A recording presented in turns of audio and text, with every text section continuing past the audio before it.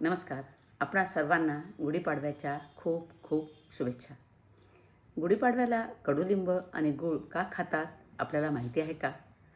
ही फक्त परंपरा नाही, यामागे एक जबरदस्त आरोग्य विज्ञान लपलेलं आहे. यामागचं बायोकेमिकल रहस्य फार कमी लोकांना माहिती असतं. हिवाळा संपून उन्हाळा सुरू होताना आपल्या शरीरात पित्त आणि कफ या दोन दोषांचं संतुलन बदलतं. याचवेळी कडुलिंब खाल्ल्यामुळं आपल्या शरीराला अनेक फायदे होतात. आणि कडुलिंब हे नॅचरल अँटीबायोटिक आहे.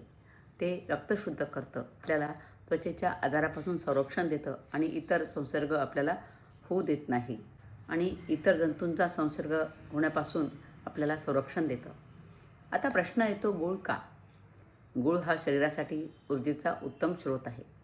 तो शरीराला ताकद देतो आणि कडुलिंबाच्या कडूपणाचा परिणाम संतुलित करतो.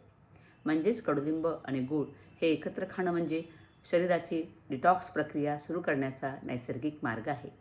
आणि म्हणूनच आपल्या पूर्वजांनी ही सुंदर परंपरा सुरू केलेली आहे, जेणेकरून येणाऱ्या उन्हाळ्यातील आजारापासून आपण सुरक्षित राहू शकू.